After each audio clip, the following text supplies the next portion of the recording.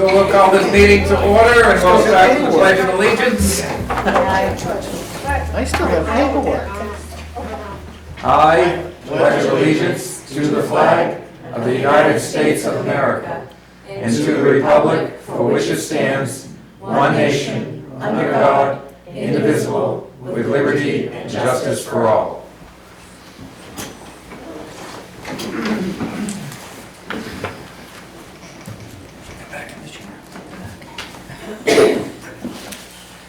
And we will start with department head updates. And we'll start with the first, Tim, in the... Nothing, pretty much just plowing snow, winter months now, so it's going really good. Okay. We managed to take the dead tree down today over to Colonel Town. We got rid of the stumps on the back parking lot, we got that fixed up. And that's maintenance and plowing. Everything's going well. Yeah. Haven't broke anything. Don't even mention that word. Knock on wood. The repairs to the building are moving forward? Yep. We finally got a hold of Wilco today. They said just pour the piers like they are. They're gonna drill them to where they want them. Okay. Take care of that part. All right, good. Yeah. Makes it easier. Yeah, it does. So we did that good stuff here. Okay, great. Okay. And the other 10. Same thing, just winding down from outside projects and commencing to the inside stuff. You know, we got 13 buildings to take care of, so we always have plenty to do between cleaning, painting, inside repairs. Gonna finish up the chlorine tanks that we had to replace on emergency this summer. We're gonna finalize and finish up the plumbing and all that on that. Last time allows. That's about it. All right. And you have anything, Rob? Wednesday, the ZBA had a meeting and approved the use of the Dubriel's Dance Hall to go back to a dance hall. So they had a few conditions that they have to meet, but we'll see some permit work, some improvements on that. I met with Chief Flynn and Chris, and we went over some of the fire code. We're gonna tap into some template forms for enforcement, so that we can share all of them and it'll be consistent among the departments. And I met with Chief Flynn as well for the CIP. I'm still entering his data, but we got police in the CIP, and ambulance and fire will be done this week, and then my next appointment is with highway. That's it. Oh wait, one more. I had a carpenter come into the office. It's something that I arranged for last year because of that map drawer that's sitting on the floor. And we're gonna have something built to raise it, and then we'll have some slots for maps to go underneath. It's just gonna clean it up. So I'll be getting a quote from that soon. All right, great. Okay, that sounds good. And that's all we have here. Rusty's under the weather, so he won't be here tonight. And we have appointment with Underwood Engineering. And we got them in the rear. We're here.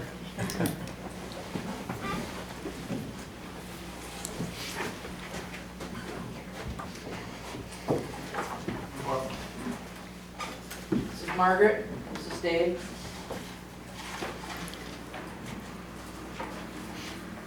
Thank you. 10 copies. Yes. Thank you. All right. Those guys, all right. Oh, yeah, we can share, but I just want the minutes. Nice to meet you in person, Margaret. Nice to meet you too. And you as well. Yeah. It's different.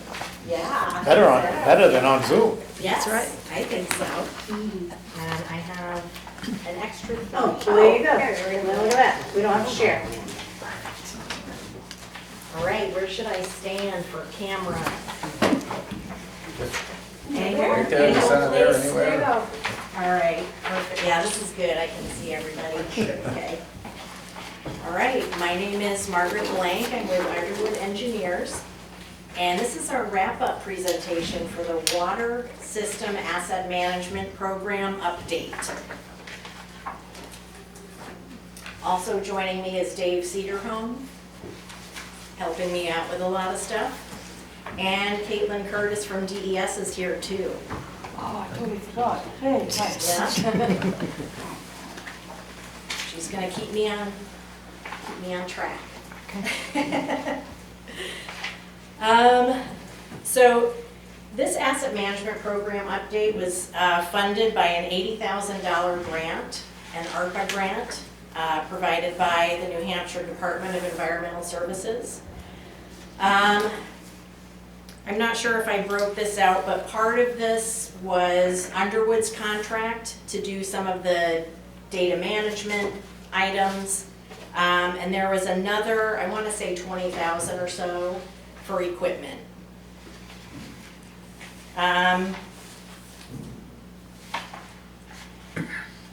So this asset management program includes the horizontal water distribution system assets, your water mains, your valves, your hydrants. We did a lot of that on the first asset management program. It also includes the vertical assets, your slow sand filter plant, your PRV stations, and your storage tanks. We also incorporated the lead service line inventory. You probably are well aware, but Hazen and Sawyer was the firm that did your lead service line inventory. The state contracted with 4 firms and just sort of parceled out the communities. So we took the inventory they did and incorporated it into your asset management program. And this was the part we just completed because all of these inventories were completed, you know, end of September, mid-October, that time range. So we put that into your plan and put some dollar amounts to it to help you with planning for what comes next. All right, about the asset management program. So the goals of asset management are to understand the condition of your water infrastructure, identify and correct current deficiencies, anticipate future needs, provide a basis to estimate financial resources required to maintain, rehabilitate, and replace assets as necessary. And I know you guys are in the thick of that right now. Continue to build on the asset management program in the future. These things are never done. In fact, we finished a draft of the report and Gabe, a young engineer who helps me out, he said, this is already out of date. And I said, I know, welcome to asset management. So that's just how it is, there's always something new coming up. So the components of asset management, these are the things that were required by the grant, are the vision statement, which actually was optional. They require that on the clean water side, meaning wastewater and stormwater. It's optional for the water side, but you guys had already developed a vision statement, so we included it. Level of service goals, asset inventory and condition assessment, criticality, which is a way to prioritize assets, financial overview, an implementation plan, and a communication plan. So the vision statement and level of service goals. This vision statement, I think, was developed as part of the wastewater and stormwater asset management program a few years ago.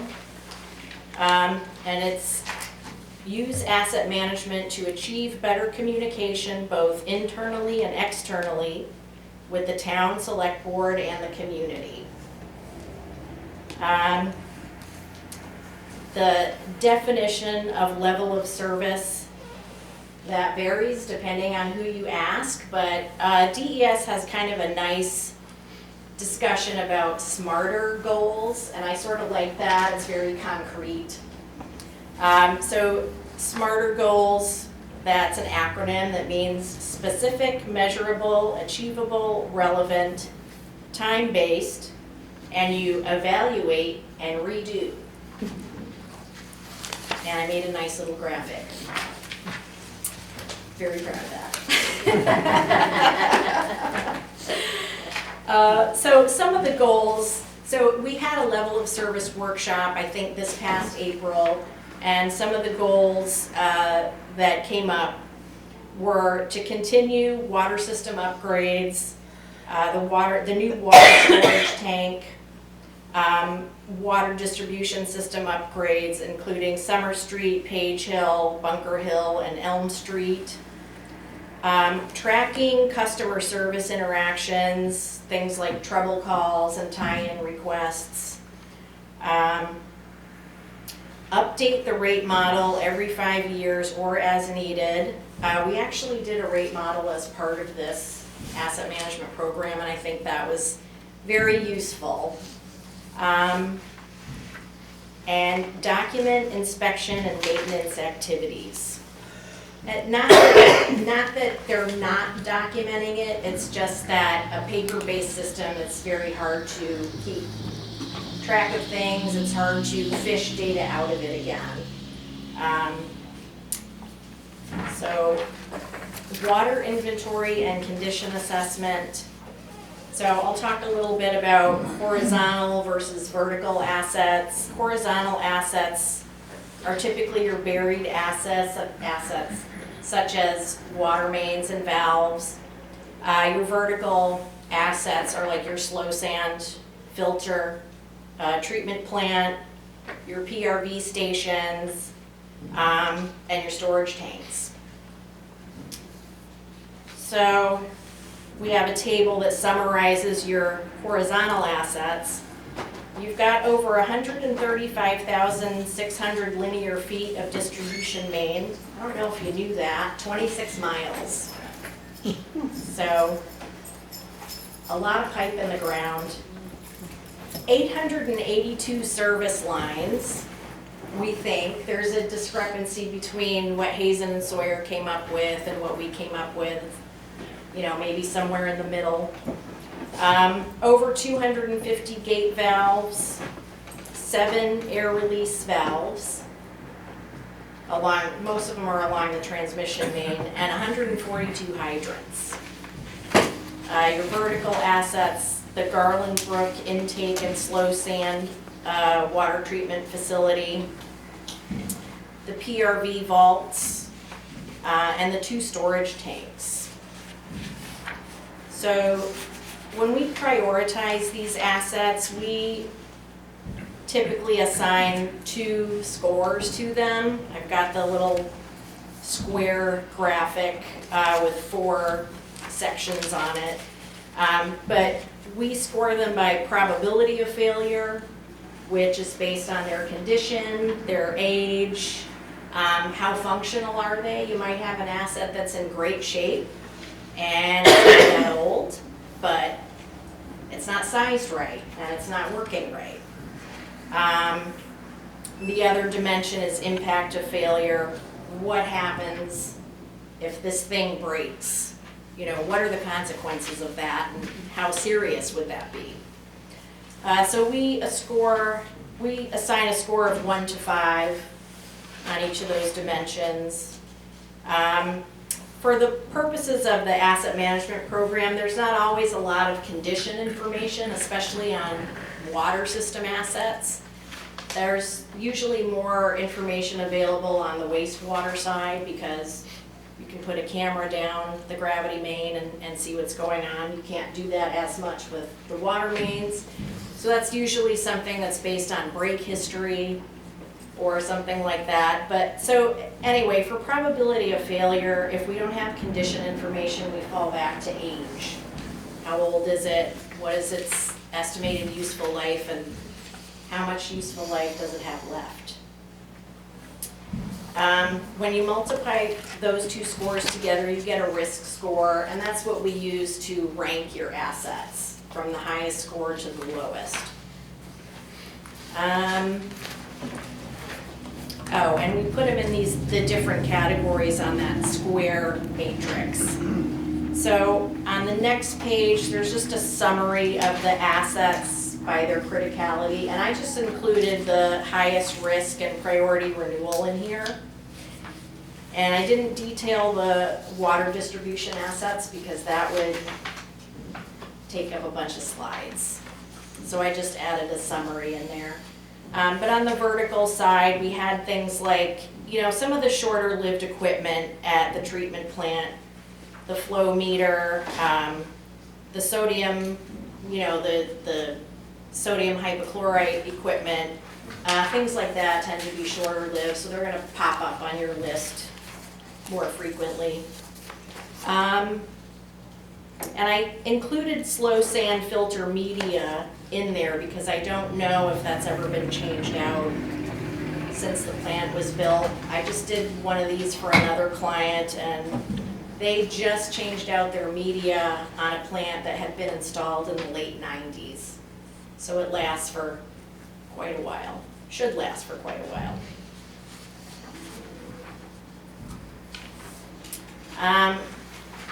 The next slide, I've got that matrix again, and I just plotted all your assets on there.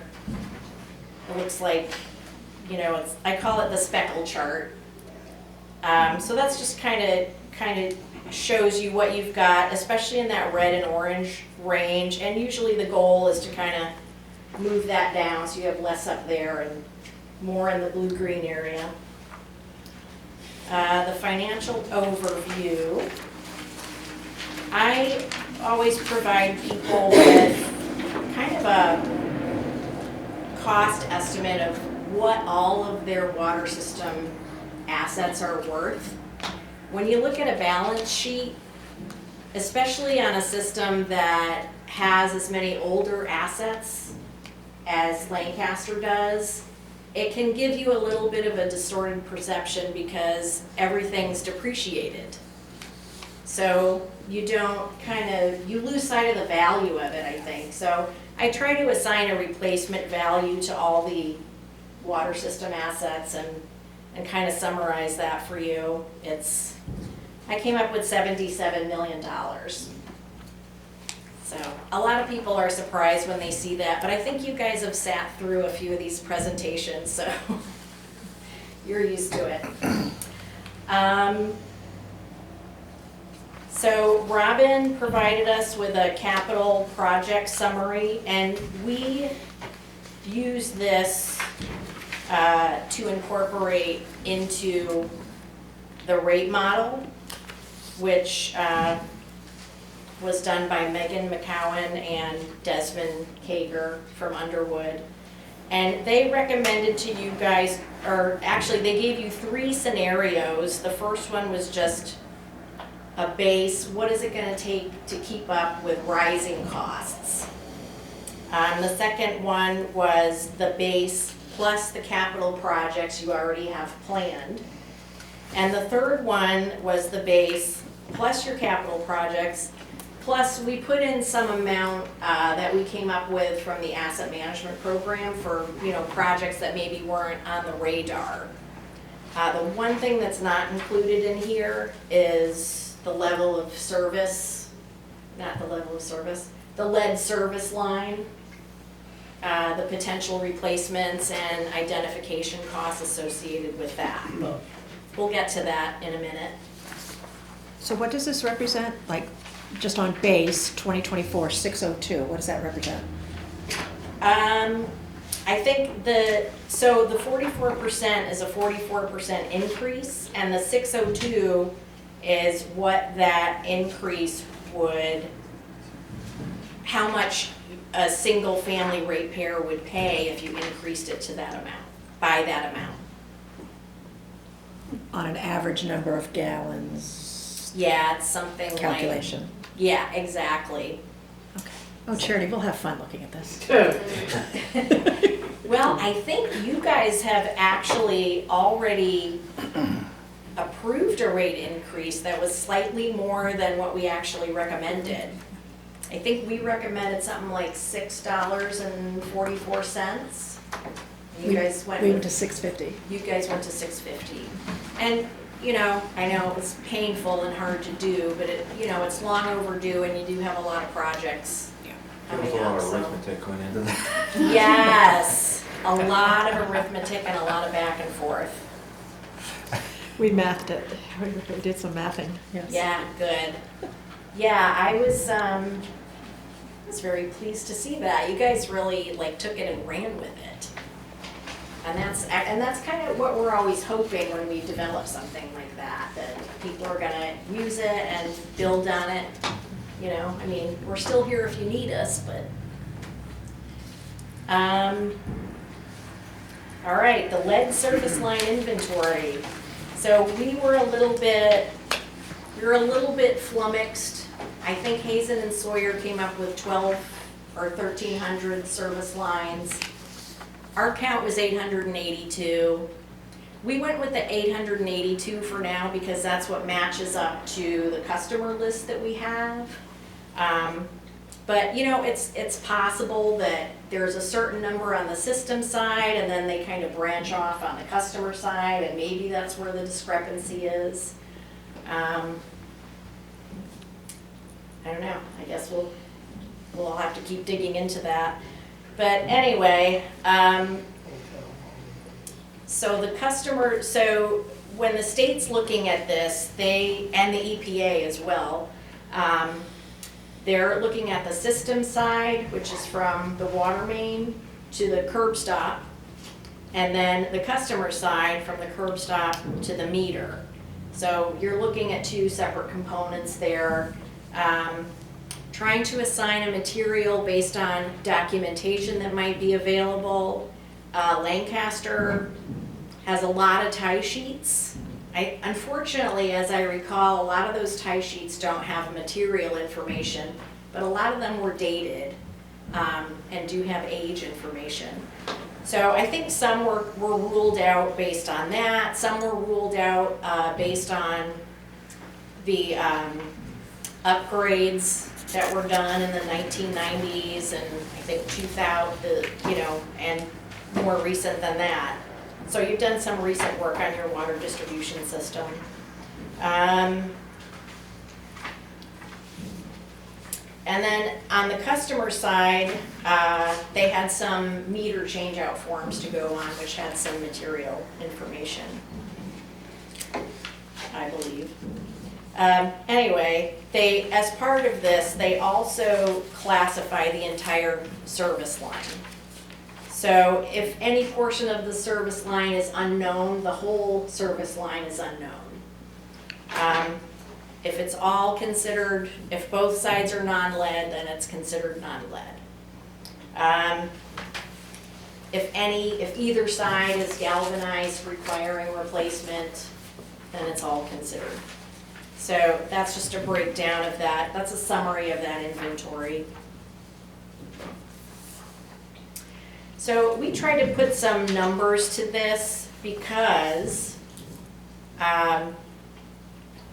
you know, according to federal regulations, you've got to identify and potentially replace these service lines. So we kind of took the worst case scenario approach. So don't be too scared. This is a big number, but it is very, very conservative. So we looked at some recent bids and some recent cost information that we had. We came up with a number for potholing, which is, you know, digging a hole and seeing what material this is. And we came up with a cost of between $2,000 to $5,000. We used the 5,000 number. I think you guys have a lot of unknowns, so I think your unit cost will actually turn out to be lower. But, you know, in the interest of being conservative, we use the 5,000.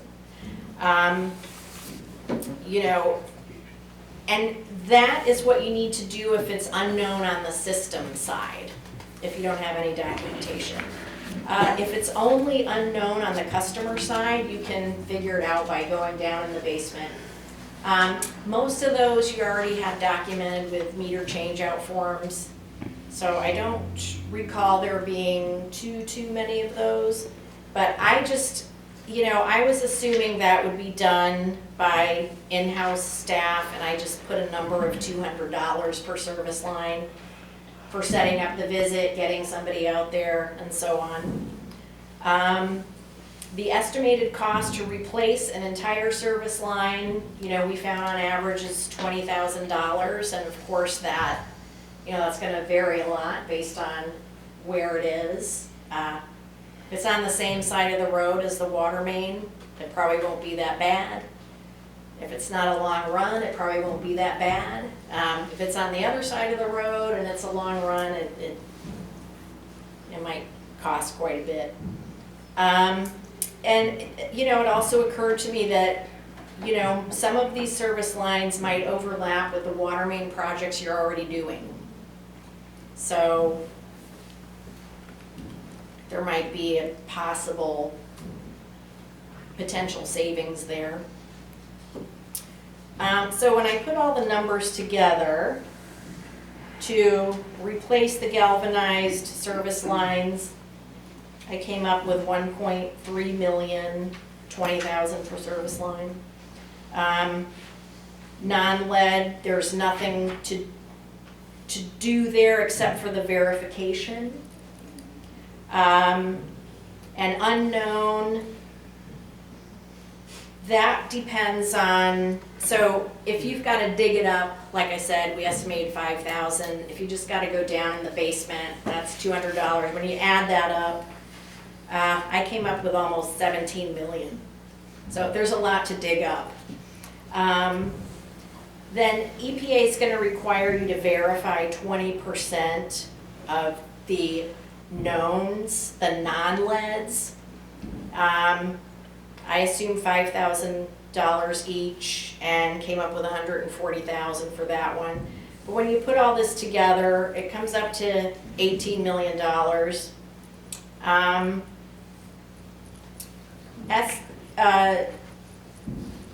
DES has a loan program for this with 71% principal forgiveness. So I see some nodding, so that's good. I think you're already aware of this maybe. We understand that we have to act quickly while there's funding. Yes, yes.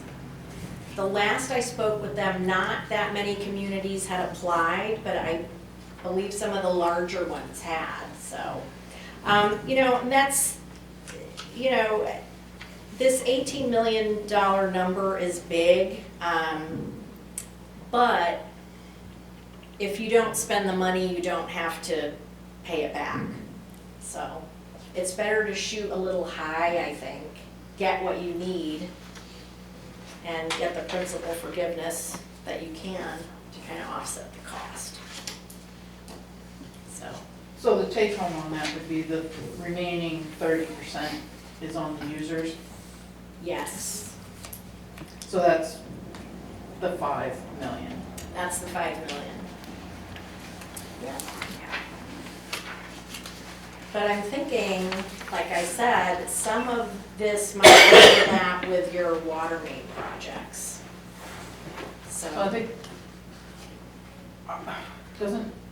depends on the funder, doesn't it? I mean, USDA had never allowed replacement of service lines. Is that gonna change? you probably wouldn't be, well, I wonder, could you divide the project out and maybe use funding from different sources?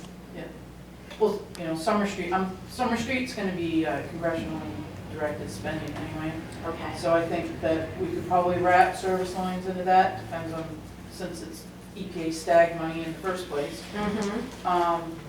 But I think Bunker Hill was probably, you're looking at USDA, so I was just concerned that. Yeah, I don't know the answer to that one. Okay, Yeah, thank you. all right. All right, so part of this is the implementation and communication plan too. That kind of really boils down to a list of deliverables. So we've got the inventory files uploaded to the town's ArcGIS online account. Survey 1, 2, 3 forms. Tim, Gabe did a bunch of cleanup on that stuff, so you should be hearing from him shortly. And I also have your tablets to return to you. There's a story map saved to the town's ArcGIS Online account. I was gonna make a crack, but I won't. You can. It's not the one with the cat. Oh. There's another one up there now. I learned how to do story maps and I made a little story about people here that work, so each of you are a different animal.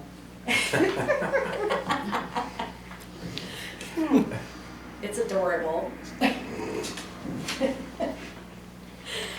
We've got some Python tools. Robin saved the ArcGIS Pro project onto your OneDrive, and that's where the Python tools are. And Robin, I revised that one tool. Yeah, you did send me an email. Yeah, to take that into account. The financial planning spreadsheet is a big Excel spreadsheet that when you run these Python tools, it takes all the attributes from the various inventory tables, combines them together, and then you can query it with pivot tables.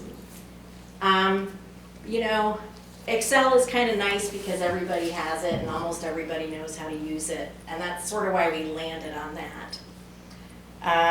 The rate model spreadsheet, which you guys have already made use of and is now rendered outdated. And the level of service matrix is also provided in Excel format. That is that document that we came up with at the level of service workshop where we developed the smarter goals. Next steps, we're not quite done yet. We've got some additional training for the Survey 1, 2, 3 forms, which Gabe is going to come up and do that. I still owe a training session for story maps, although I think Robin could teach me a thing or two. So we also wanted to set up a survey form for collecting and tracking service line information because that's going to be a big data management issue going forward. So when Gabe comes up, he'll discuss that with Tim and his staff to get that set up. Final disbursement request is due by December 31st. And the draft AMP report, I will be circulating that for review and comments very shortly. I actually sent a version of it to Caitlin already because she wanted it before this presentation, but before I send it to you guys, I want to make sure it's a little bit more cleaned up. Any questions? I don't have anything, but I really thank you. I enjoyed what I learned sitting through the Zoom meetings with you, and that rate analysis, although outdated now, was so hugely helpful with us setting those rates earlier this year. As Leon said, we did a lot of mathing. Yep. But we could do it by hand and then double check how you did it so that we understood it. Is how we did it. Oh, good. Yeah. Yeah, so you backed into it. Absolutely. And reverse engineered it and Yes. figured out how it all worked. Oh, that's fantastic. Yeah, which really made it so that we understood it, so that we could explain to the users too, and why the need for doing this and for coming up tonight and doing this presentation. Thank you. That's fantastic. Thank you, guys. We've got the discrepancy with the lead lines between you and Hazen. Hazen requested the geodatabase. Do you have a timeline on availability? Well, I was discussing that with Gabe. So the points that we had published on your ArcGIS Online account, that was based on your customer list. So that's 882. And that was done before you had your parcel file completed. I Okay. think we did that as part of the first asset management program. So that's based on your customer list. So if the number of customers on your list is equal to the number of services, which is sometimes the case, but not always the case, then I think we're good. I don't know where they got the 1,200 from. Because they count every single trailer in a trailer park, and they count every hotel room or every motel. Right. Okay, so- E911, Oh, they took it from the E911 list. Okay, so there's like multiple unit, there might be a service line serving multiple units and they counted every unit. Okay. All I right. think they have to. Well, not necessarily. For the trailer parks, they do. For like an apartment building or a condo, they don't. Well, your number, you didn't account for each individual trailer. Right. Well, ours was from the customer from, list. yeah, And connection ours, only. yeah, ours wasn't meant to be a service line inventory. When we originally did that, we were trying to map the customers and the tie sheets. It wasn't really meant to be a service line inventory. The So- EPA's requirement is each individual trailer. What's Yeah, that? EPA's requirement is you have to do each individual trailer. Right, so it sounds like Hazen and Sawyer did that. Right. So we just need That's why to- their number is higher. Yeah, all right, yeah, that makes sense. And apartment buildings, they gave me the number of units that they thought were in there. And we sent notices for that as well. Right. I think that's all. So that reconciliation needs to occur between you and Hazen? Is that a follow-up step, or does Well, it not have Yeah, to? Just knowing where it well, came they've requested it from me to get the geodatabase files, and I cannot find them anywhere. So I asked them to provide it. Okay, yeah, and we can do that. Yeah. And I'll send you an updated one. Gabe took Hazen's inventory and tried to match it up with your customer Right. list, which I think will be helpful going forward. And he was able to match up everything, I think, but 20 or 30 or so. Which is something that they didn't do, so that would be very helpful. Yeah, that'll make it easier going forward, I think. I mean, you know, in their defense, we went through the same thing they did. It was a lot. Well, your financial overview is based off the 800 and something connections, not, so that'll Exactly. be a larger number. Yeah. It'll be a larger number when you fold in the mobile homes, yes. Will we be able to do that mathing? Well, I think so, yeah. And that's partly why we need to get the updated, correct list from Hazen. We'll know what that delta is. The problem with Hazen is they waited until the last minute to do our inventory. And we got it like a week before the EPA deadline, so we never really had any time to comment or correct it or anything. Because I think they took on too many or they were given too many municipalities. And we ended up being at the bottom of the barrel. Because municipalities that got in with Hazen earlier, they got a much better accurate inventory than we got. But we had no control over who we got for an engineer firm. You know, the state didn't take into consideration that the town already works with Underwood, you know, which was, I think, was a bad decision. Yeah, I mean, it's a huge project and Underwood definitely couldn't, you know, handle the entire thing, so, yeah. No, but it would have been nice for you to get clients that you're already doing business with. Yeah, Checks and balances, so when we do get that delta, you know, we'll be able to revise this financial Yes. and move forward with some, you know, an updated management goal. Yeah, it's safe to say that Hazen is high and Underwood is low, so somewheres in the, we gotta find, common ground in the middle here. What's the real number? Exactly. And that will help Yeah. when, for applying for the loan from drinking water. Yeah. Timmy, did your staff need some training on tablets? Yeah, well, that's in the works. Okay. Yeah. Margaret said she just I brought the tablets down to Underwood a couple weeks ago, and they cleaned them up. And then, so they That's what followed that up meant. with Okay. training.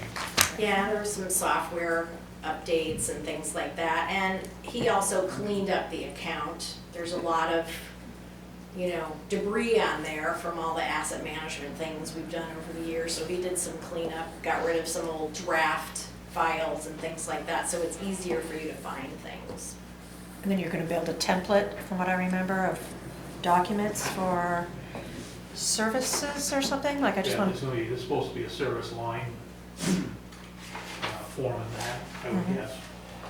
So when we go to somebody's home, we can document their service line material as part of this Yeah. lead service line Great. Right, of course. Yeah, the work orders. All right, Work so- orders will have to be added to it. I don't know if that's gonna be on there just yet, but.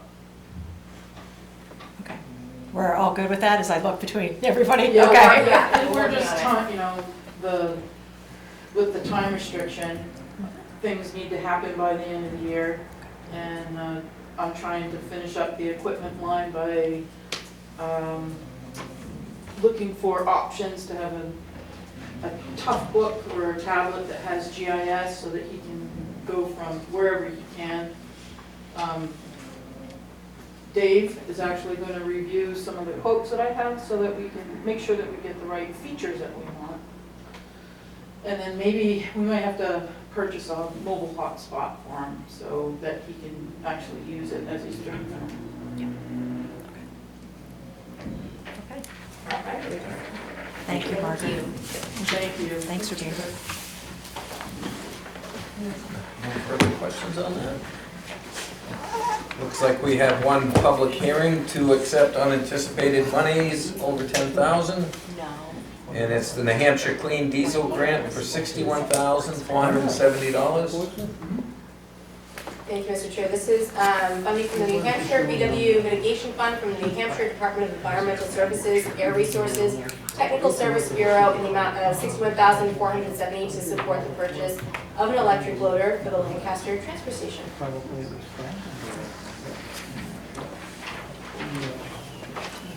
Entertain a motion. I make a motion to accept the money. Do we need anything else with that motion? I would think to authorize Jessica to sign any documentation. Yes, I agree to that too. I'll second that motion. Okay, so we got a motion to accept $61,470 in the New Hampshire Clean Diesel Grant and authorize Jessica Sear as the signatory for any and all required documents. Any further discussion from the board? Seeing none. All those in favor signify by saying aye. Aye. Aye. And the ayes have it. I just wanted to give you a timeline on that, because of course Rusty's chomping at the bit to be able to get the loader. There's another 3 or 4 levels of internal review with DES, and then it will have to go to GNC. So I'm anticipating probably mid-February before he can actually do the purchase order. Thank you for that update. The wheels turn slow at times. Yes, Yeah, you did. so I'm saying that because I don't know if you've accepted that and it was voted on. I don't know if you have to encumber anything. Yeah, it's on the list of encumbrances at the next Yeah, meeting. so make sure that we do that. Okay. I'm pretty sure that's on the list of encumbrances for the next meeting. Excellent. And then we need to review the minutes from November 12th, 2024 budget work session. I'll make a motion to accept. I'll second. I got a motion in a second to accept the November 12th, 2024 budget work session as presented. All those in favor signify by saying aye. Aye. The ayes have it. And then we will review the minutes from November 18th, 2024, regular meeting and non-public meeting. I'll make a motion to accept with one change. And that would be under the, I did a report about the clean energy grant, and we need to have that it's for a 59 kilowatt array. That's already changed on the one you're Oh, gonna good. sign. Great. Yeah, that has been corrected. Okay, then I make a motion to accept the minutes as presented. I've got a motion, I'll second it. a motion and a second. Any further discussion? Seeing none, all those in favor signify by saying aye. Aye. Aye. The ayes have it. Was that for both sets, or did you just did one right now? I guess I missed. I did put it in both. You did put both, okay. Yeah. I thought that's what I heard, but I just needed to make sure that's what I heard. And Oh, yeah. Just have you sign over there. Sign beside you. That's the budget. Sure. Oops.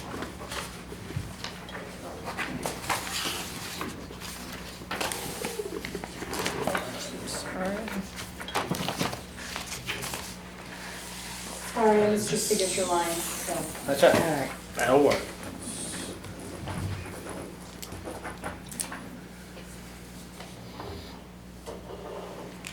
Page 8.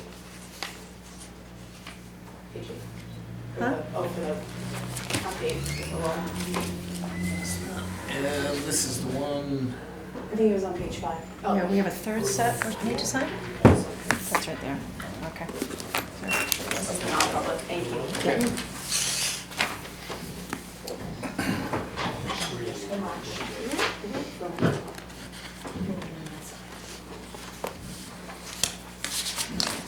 And the non-public. What's that? The non-public? We need Understand. to do a motion on the non-public Just minutes? telling the state where we are with. We kind of combine them, but we can. Oh, okay, we She, combined them? Oh, okay. Yeah. Okay, I didn't know we So we're combined good? them. Yeah. Wait a minute. Charity, did we combine the regular, was the Yeah. motion for the regular and the non-public? I did, he Okay. had kind of lumped it there, you said I make that motion and then, yes. Got it. I missed that. You said you make the motion, except you had one change. Change was already done. Change was already done. Great. Thank you. Okay.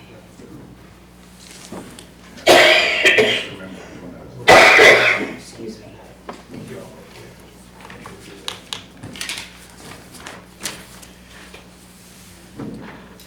I have one document for various paperwork. It's the 24 municipal assessment data certificate. So this is saying that the information that was used by the New Hampshire Department of Revenue to administration to calculate the equalization ratio was reviewed.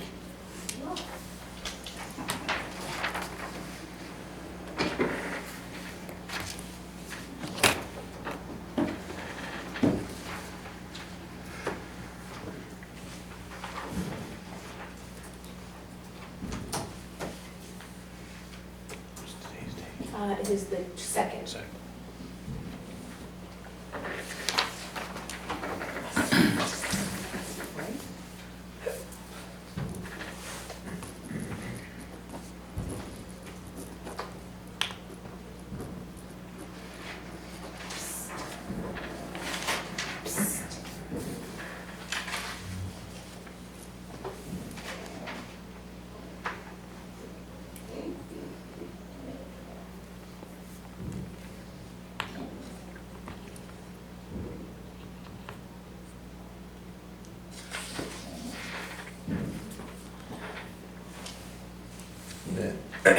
Move on to new business, and first item is Lancaster Housing Authority. Thank you, Mr. Chair. I met with Mark Frank from the Lancaster Housing Authority and then spoke to the Executive Director of the Berlin Housing Authority, Kristen Bernier. There was an agreement with the town of Lancaster from January 1st, 2009 through December 31st of 2019 for the Berlin Housing Authority to provide management for Section 8 programs for the Lancaster Housing Authority in exchange for the administration fees established by HUD. So we had seated a committee, and this committee was facilitated through the Berlin Housing Association. So the Lancaster Housing Association only oversees Section 8 housing vouchers and does not require a a lot of effort from their board members. They meet frequently, as even biannually, is self-sufficient for email correspondence with the Housing Authority. In Lancaster, we have 33 leased housing units and 71 vouchers. To put that into context, the Berlin Housing Authority manages 300 vouchers for the city of Berlin. So it seems smart to lean on their expertise for facilitation of this program. You're going to see you've probably seen in the supplemental information, there's a request from the Berlin Housing Authority to solicit additional members. Currently, as it stands, we want to thank Jeff Gilman for his service on the commission, on the authority, but he has resigned, so we have 2 members which would like to be reappointed tonight.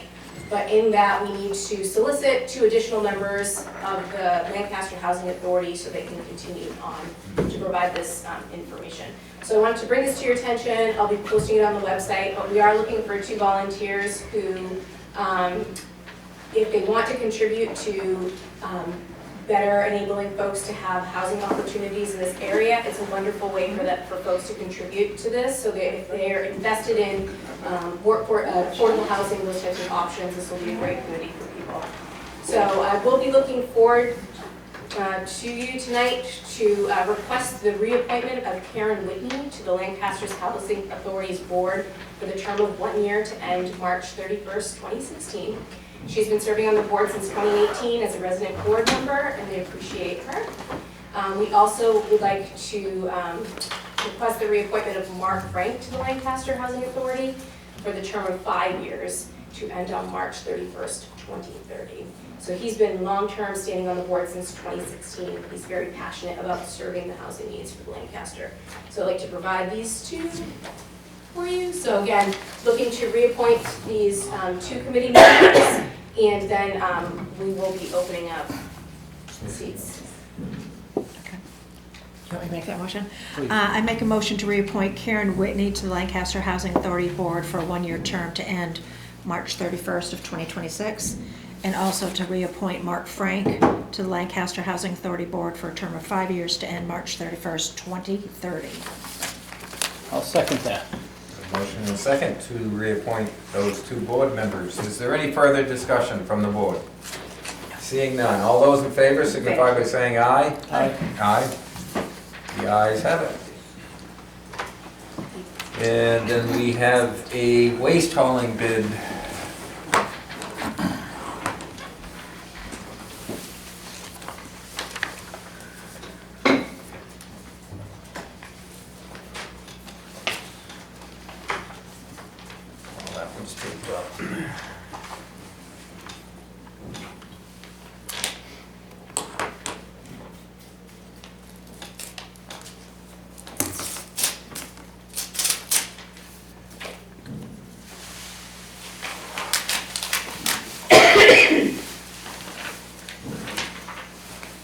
One looks like it's from Numando Trucking, received at 11:22 at 11:43 a.m.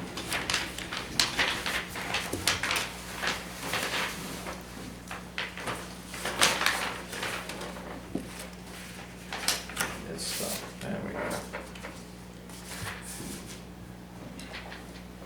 Please find the enclosed waste hauling proposal. It's been a few years since last transported the town's waste to Mount Carberry landfill. In that time, we've refined our standard municipal contract that we now send out.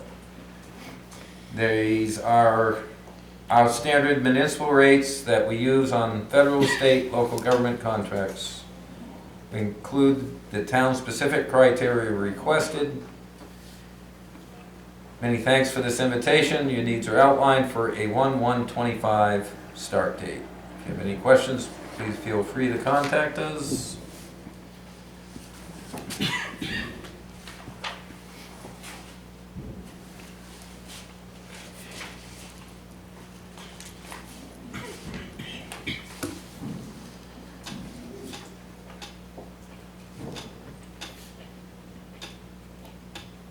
Looks like it's a multi-year with MSW and construction and demolition rate schedule per load to Mount Carberry of 125 to 1230, 125 of 565, 126 to 1226 of 585, 127 to 1227 of 605, 128 to 1228 of 626, 129 to 1229 of 648.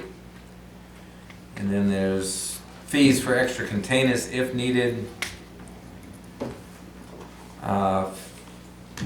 Also, if needed, a fuel surcharge per trip if the fuel costs become over $4 per gallon, is what this is. And then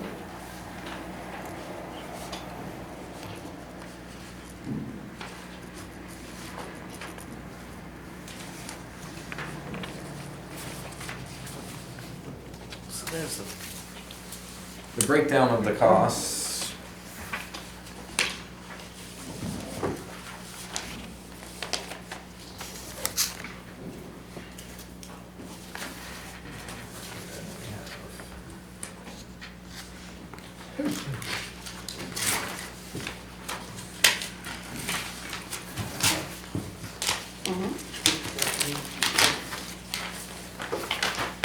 And this one was received 11/22/2024 at 2:10 p.m.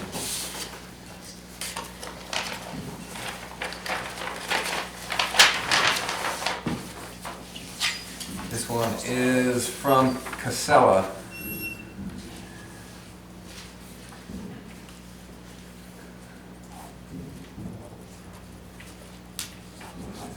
Scope solid waste, 1 year pricing, solid waste of, if I'm reading this correctly, $600 per haul, construction and demolition, $600 per haul, an empty container delivery of $200, rental container of $5 a day. If you have to haul on Saturday, an $800 haul. And then there's some tandem fees.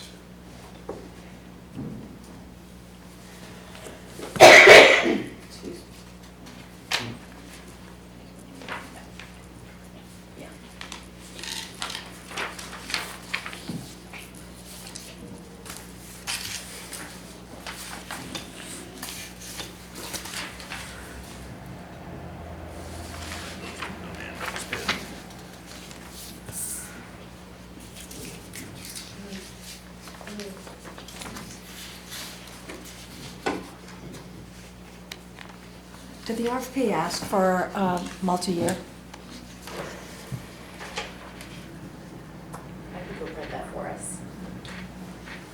Or you I- can just tell, you can look it Yeah. up and tell us. I I- mean, we got one bid that's 1 year, we got Right, 1 year I bid. think that we're not gonna be able to award anything Award tonight. this, Yeah, okay. I'd like to take some time and go through this. yeah, yeah, okay. That's- It's like, Please. yeah. We So okay, we we'll have not revisit apples to apples. these. So we, again, comparing apples to apples. Yeah. Revisit this at the next meeting. Yep. Okay. Thank you. I'm sure Rusty will provide some insight as well. Yes, and Rusty couldn't be here tonight, so Okay. this is all there. Okay. And is there any other business that we need to take care of under new business? And on the next item is award the Causeway Street bid. And say it up front, because I am a property owner on Causeway Street, I will recuse myself from this vote. Is there anything you wanted to add, Jessica? We spoke about the Causeway Street bid during the work session previously this evening. So we did receive 3 different bids and had an independent engineer do a bid tabulation so that we would measure apples to apples, and then spoke in depth with the select board regarding the findings. This specific bid is part of our state and local fiscal recovery funds, the SLFRF. This is also the ARPA monies that the town must award contracts before the end of the year for those funds. I will make a motion to award the contract to PNR Excavating not to exceed $340,672 and authorize Jessica Sear to work with legal as far as getting the award lined up and to sign all necessary documents. I'll second that motion. Oh, you probably have to do that. All in favor? Oh, that's right, he was excused. All in favor? Aye. Aye. The ayes have it. Right. Back to you now. Then we will move on to the storm update. All right, the storm update, it never ends. Met with FEMA during our bi-weekly call on November 21st. Again, we're close to submitting our Category B damages for emergency protective measures. These are the measures that we took immediately before, during, and immediately after the storm. Unfortunately, because our firefighters do not work overtime, we won't be able to submit for reimbursement on their hours, but I am moving forward with the rest of the information to submit the PPM to them. Regarding one of our projects, it's called the Lancaster Vicinity Damaged Roads. Our FEMA Recovery Division Program Manager has forwarded the damaged roads in our to their leadership for approval to send this project forward to cost estimating based on our damage dimensions and descriptions, the 3 days that they spent with us measuring the roads, so that we, without having to provide documentation of the cleanup costs up to this point. So if we move forward in this route, they'll use a costing method to anticipate our costs, and it will be less of an administrative burden on myself in order to do this. However, if this project falls over a threshold, right now it's a small project, if it falls over the $1,039,000 threshold, it becomes a large project, and I will actually have to do the actual damages. So we're kind of in a pause mode. It's taking a while to hear back from them. And then again, we're starting with our budget meetings, and we will need to work forward with any type of additional materials that we may need in 2025 into our budget for next year. So that's it. Never ends. And with that, any questions from the board for? So, no sign of reimbursement yet, that's for sure. Not yet. Reports from the select board members. You have anything, Jane? I have nothing this week. I don't have anything this week. No. And I've got nothing at this point. We will, town managers report. All right, sorry you have to come back to me. I'm working collaboratively with Chief Flynn to address action item 15 of the town's hazard mitigation plan update, which is accepted in August. The emergency operations webpage on the town's website was updated with fire-wise information for the prevention of wildfires. It was a quick, easy action item that we were able to work towards. Chief and I are also working to address action item 3 of the plan, which is to create a database of individuals at high risk of death for all hazard events. We will be promoting this on the website, and we'll be sending letters along to healthcare providers advising them of the database. This list will be helpful in the event we're ever in an extended power outage and need to provide these addresses to Eversource to get these folks connected quickly. There's a whole process with Eversource to complete this information, and we want to make sure that we are doing right by the community and facilitating this. Some news, so on March 2nd, 2020, if you flash back, that's before, lots of things happened, but the select board voted in favor of the removal of the ice retention dam in the Israel River. Bill Thomas, the river restoration coordinator at the New Hampshire DES Dam Bureau, reached out to me to provide a project update. The dam was deauthorized for removal in 2023, and this past spring, New Hampshire DES Dam Bureau contracted with Weston and Sampson to complete the project design and permitting. They have completed much of the field work and are using that information to advance this project. Additionally, DES has submitted a grant application to the U.S. Fish and Wildlife Service for funds to help with construction and removal costs. Currently, Weston and Sampson is reviewing potential construction access points, so Mr. Thomas reached out to me hoping to speak with the Mechanic Street landowner for access to the dam. As Weston and Sampson gets further along in the design process, DES will be meeting with you all to get more input on the project. DES is hopeful that the construction will be next summer, but that will depend on how the permitting process goes and the availability of their construction crew and private contractors to do the work. So I'm just letting you know that they've reached out, they've come back, and they will likely be before you fairly soon. Yeah, but they're talking Mechanic Street as Riverside Drive, isn't it? Yeah, That- well, no, through How do you get- Leo's. Leo Enos. Leo, Oh, okay. that makes sense. Yep. I didn't think his property went that far up. but- Yeah, Oh, well, it goes you right, will. yeah. Yeah, it's a nice problem. Then it turns into public service property, I think. Probably. So it's a little bit chilly in here, and a lot of my time has been dealing with the boiler, and it's no news to you all, but I feel as though I must say that I've been spending my time dealing with the heat issues with the town. We did spend about $2,000 to have someone come up here who specializes or is more in tune with steam boilers. This seems like this is kind of an ongoing thing for you all. This is not a surprise, but I'll be providing more of a report in the near future, but I see we're cold, so it's wise to just let you know. Probably a draft. Yeah. And then again, regarding, I reached out to, as a kind of a follow-up to last meeting, we have a county bill of $1,240,636, which is due December 17th. Otherwise, we receive a 10% penalty. So I reached out to 3 Lancaster banks regarding a potential TAN note. Service Credit Union does not offer them. Mascoma Bank offered us a 6.5% to 7% rate for a bank qualified loan, but we would need to transition our accounts over to them. Our current bank, Pasumsic, can turn around a TAN as late as December 12th if we need one. I'm looking for authorization from you to proceed with Pasumsic, Bank for a TAN if we do not have that 1.2 million in the bank by December 12th, so that they can get us the money by the 17th.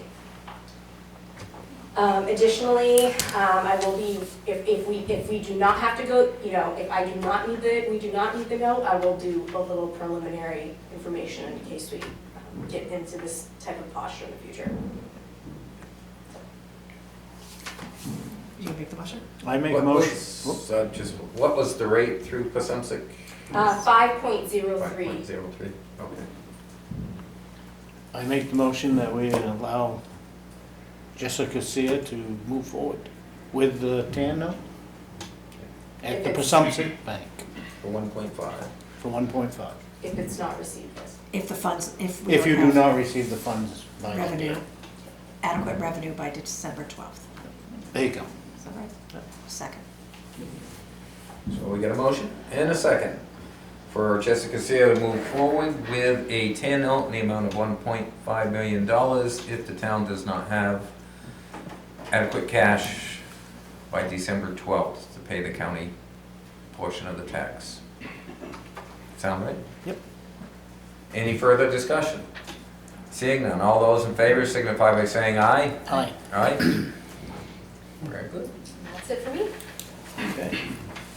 And then we were provided the 2024 final tax rate. There's a planning board meeting notice for December 11th, 2024 at 6:30 p.m. There were land use permits issued, one for Janet Arsenault, 27 Depot Street, which was a sign permit.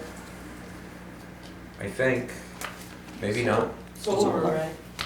What was that? Solar panels. Solar array, okay, solar array. And then the sign permit for Global Montello Corporation, 202 Main Street. Yeah, they're changing out the mobile panels. Okay. And anything else from the board? I have nothing. Anything else from? We will open it to public comments. Any public comments? We have no non-public schedule for this meeting, so entertain a motion to adjourn. I make that motion. I'll second. Got a motion and a second to adjourn. All those in favor signify by saying aye. Aye. Aye? Bye.